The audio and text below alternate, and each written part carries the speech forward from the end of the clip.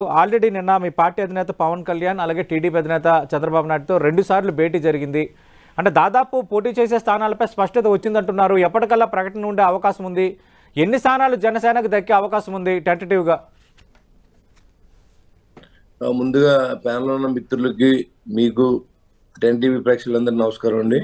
నమస్తే. ఈ రోజు నిన్న జరిగిన మీటింగ్ ఇంకా రేపు 2-3 రోజుల్లో మొత్తం ప్రకటించే అవకాశం ఉందండి.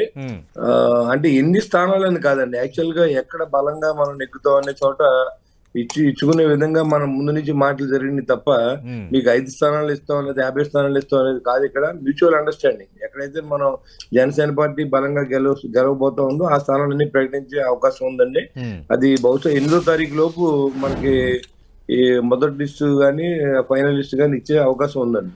జనసేన మామూలుగా ఎన్ని స్థానాలు కోరుకుంటుంది సార్? మామూలుగా సర్వేలో వచ్చే అన్ని ఇప్పుడు 30 స్థానాల నుంచి 40 స్థానాల వరకు మనం పోటీ చేసే అవకాశం ఉందండి. ఎంపీలు సార్, ఎంపీలు 4 ఎంపీలు దాకా అడిగే అవకాశం ఉందండి. ఓకే. అంటే ఆల్రెడీ 2 ఎంపీలు కన్ఫర్మ్ అయ్యాయి అంటున్నారు. అవేనా ఇంకా లేదంటే అదనంగా ఒక 2-1 వచ్చే అవకాశం ఏమైనా ఉందా? ఒక 1-2 గానీ వచ్చే అవకాశం ఉందండి. ఇది అంటే యాక్చువల్ గా ఎంత ఏదైతే మీకు చెప్పిన సర్వేలు బట్టే 100% 99% విన్నింగ్ క్యాండిడేట్లే చూస్తున్నారండి ఇవాళ. ఎందుకంటే ఏ పార్టీ అయినా తెలుగుదేశం జనసేన అని కాదు, 2 పార్టీల్లోనూ ఎవరైతే గెలుస్తారో వాళ్ళని ఎన్నుకునే విధంగా ఇవాళ మా 2 పార్టీలు అండర్స్టాండింగ్ ఉంటుంది తప్ప ఇదేదో మీరు ఇది తీసుకోండి అది తీసుకోండి పంచుకోవడానికి ప్రజల అభిష్టం మేర జరుగుతుందండి అవన్నీ. అంటే బొత్స శ్రీనివాస్ గారు ఆల్రెడీ భారతీయ జనతా పార్టీ ఏపీలో సమదూరం పాటించాలని డిసైడ్ అయిందన్న వార్తలు వస్తున్నాయి. అంటే ఇక బీజేపీ రాదన్నది ఒక అభిప్రాయానికి వచ్చినట్టయినా పవన్ కళ్యాణ్ కానీ చంద్రబాబు నాయుడు కానీ దీనిపై కొంత క్లారిటీ ఇస్తారా? మీరు ఆ వ్యవహారాలు కొంత దగ్గర నుంచి పరిశీలిస్తారు కాబట్టి మీకు ఈ ప్రశ్నలను అడుగుతున్నాను. యాక్చువల్ గా ఇవాళ భారతీయ జనతా పార్టీ రమ్మని ఆహ్వానించడంలో పవన్ కళ్యాణ్ గారు ముఖ్య పాత్ర పోషిస్తూ ఉన్నారు. కానీ రాకపోయినప్పుడు కూడా ఈ తెలుగుదేశంతో కలిసి పోటీ చేసే అవకాశం ఉంది తప్ప ఇంకా వాళ్ళు రాము అంటే ఇంకా మళ్ళీ వెళ్ళి వీళ్ళు బతిమాలే పరిస్థితి అయితే ఉండదని నేను అభిప్రాయపడుతున్నాను. అంటే బొత్స శ్రీనివాస్ గారు ఆల్రెడీ అటు ఎన్డీఏలో భాగస్వామ్య పక్ష పార్టీగా 2 రాష్ట్రాల నుంచి జనసేన ఒకటే ఉంది. ఇప్పటికీ ఒక రకంగా మీరు భారతీయ జనతా పార్టీతో పొత్తులో ఉన్నట్టే. ఒకవేళ భారతీయ జనతా పార్టీ టీడీపీ జనసేన మీతో మేము రాలేము, మేము ఇండివిజువల్గానే వెళ్ళాలనుకుంటున్నాము అని అంటే పవన్ కళ్యాణ్ని రమ్మని పిలిస్తే అప్పుడు పవన్ కళ్యాణ్ కానీ జనసేన పార్టీగా మీ నిర్ణయం ఎటు ఉండొచ్చు? డెఫినెట్ గా తెలుగుదేశంతో కలిసి ప్రయాణం చేయాలని ఒక నిర్ణయంతో మా నాయకుడు నిర్ణయం తీసుకున్న సంగతి మీ అందరూ తెలుసు. అవును. ఇవాళ బీజేపీ కూడా వస్తుందని ఆశాభావంతో ఆయన మన ప్రయత్నం చేస్తా ఉన్నారు. అది వచ్చినప్పుడు నిర్ణయం మనం చెప్పాలి, కానీ రాకుండా రాపోయినా మేము పోటీ చేస్తాం అంటే కట్ అయిపోయినట్టే. కాబట్టి అలాంటి నేను చెప్పడం నాకు ఇష్టం ఉండదు. జరిగేది ఏదైనా ఉంటే మనం మాట్లాడతాం. ఓకే. ఇప్పుడు ధర్మశ్రీ గారు దత్తపుత్రుడు అని సంబోధించడం కరెక్ట్ కాదు. ఎందుకంటే ఆయన ఒక ఎమ్మెల్యే హోదాలో ఆయన ఏమన్నా చెల్లుద్ది అనుకుంటా ఇక్కడ ఎవరు సిద్ధంగా లేరు. ఎందుకంటే ఆయన కేసీఆర్ దత్తపుత్రుడు, మానస పుత్రుడు ఎవరండి? జగన్మోహన్ రెడ్డి. 40,000 కోట్ల ఆస్తులు అక్కడ పెట్టుకుని గుడ్డుకూర పళ్ళుతోనే జగన్మోహన్ రెడ్డి కేసీఆర్ దత్తపుత్రుడు కదా.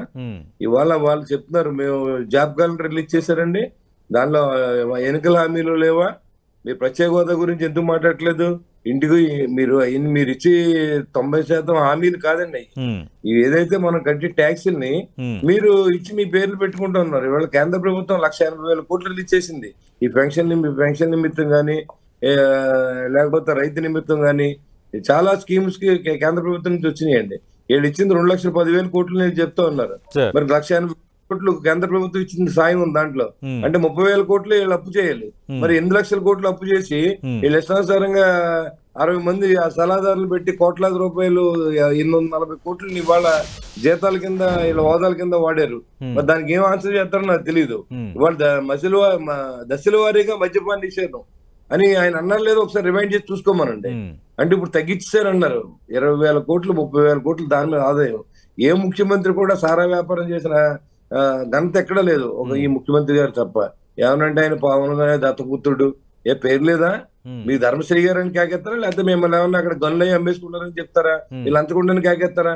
ఏం మాట్లాడుతున్నారు ధర్మశ్రీ గారు మీరు? ఇప్పుడు ఎలక్షన్ దగ్గరికి వచ్చినాయి, సభ్యతగా ఉంటే బాగుంటది. మీరు ఓకే, మరి పవన్ కళ్యాణ్ గారికి ఒక పేరు ఉంది కదా, పవన్ కళ్యాణ్ గారు అంటే మీకు నష్టం లేదు.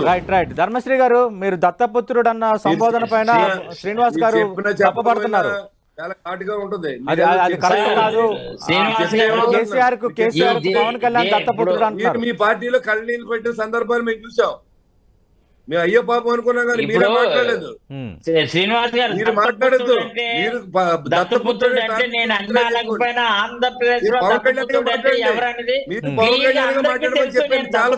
అనకపోయినా మీకు తెలుసో తెలీదో నేను దత్తపుత్రుడినే. రియల్ గా మా పేరెంట్స్ నన్ను పెంచుకున్నాను, నేను దత్తపుత్రుడినే. కానీ ఆంధ్రప్రదేశ్ లో దత్తపుత్రుడు అంటే ఎవరైతే దత్తపుత్రుడు అనగానే అందరికీ నోటెడ్ అయింది, అందరికీ తెలిసింది పవన్ కళ్యాణ్ అని. మీరు వెనకేసి రావచ్చు, మీ నాయకుడు కాబట్టి మీరు వెనకేసి రావచ్చు, కానీ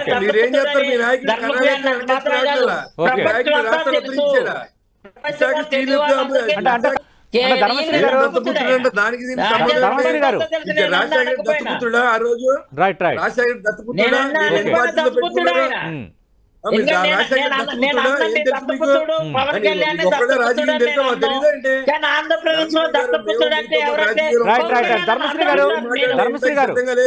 ధర్మశ్రీ గారు, పవన్ కళ్యాణ్ దత్తపుత్రుడు అన్న దానిపైన జనసేన అభ్యంతరం వ్యక్తం చేస్తుంది. ఈ మధ్య కాలంలో మీ పార్టీ స్పోక్స్ పర్సన్స్ కొందరు నేతలు వైఎస్ షర్మిలాను కూడా దత్తపుత్రిక అనడం పైన కాంగ్రెస్ కూడా నిన్నగాక మొన్న దానిపై రెస్పాండ్ అయింది.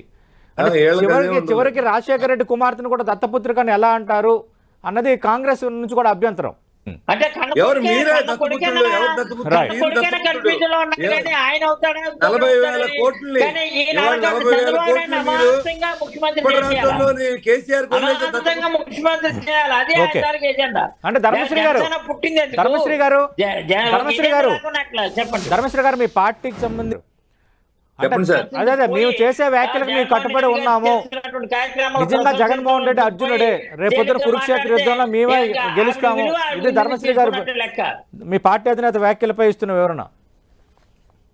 నేను ఒకటే చెప్తున్నాను సార్, మీరు మంచి చేస్తే ప్రజలు గెలుస్తారు, గెలిపిస్తారు. అది మీ చేతిలో లేదు, మా చేతిలో లేదు. మీరు మంచి చేశారని మీరు అనుకోవచ్చు, మీకు ప్రతి ఒక్కటి కాన్ఫిడెన్స్ ఉండాలి, ఓవర్ కాన్ఫిడెన్స్ ఉండకూడదు. వైనాట్ 175 నుంచి ఈ క్షణం దిగిపోతే ఏంటి, లేకపోతే మేము గనక దిగిపోతే మీకు ఇవన్నీ రావు అనే పరిస్థితుల్లో సీఎం వ్యాఖ్యలు ఏం చెప్తారు సమాధానం? అంటే మీ ఇంట్లో డబ్బులు ఇస్తున్నారా, సాక్షి పేపర్ నుంచి చెప్తున్నారా? ప్రజలు కట్టిన డబ్బుల్ని మీరు ఈ పథకాల కింద మీరు మార్చి మీ పేర్లు వేసుకుని ఏదో ఎర్రేసి మీరు మొత్తం అంతా లాగేసినటువంటి సందర్భం మనం చూసాం. ఈ రాష్ట్రంలో లిక్కర్ లో కానీ, లేదా మట్టిలో కానీ, లేదా లాటరేట్ లో కానీ మీరు ఏం చేశారు ఈ రాష్ట్రానికి? నాకు చెప్పండి, ఒక ప్రాజెక్ట్ చెప్పండి మీరు చేసింది. ఏదో మాట్లాడుకుంటే సతీష్ గారు కరెంట్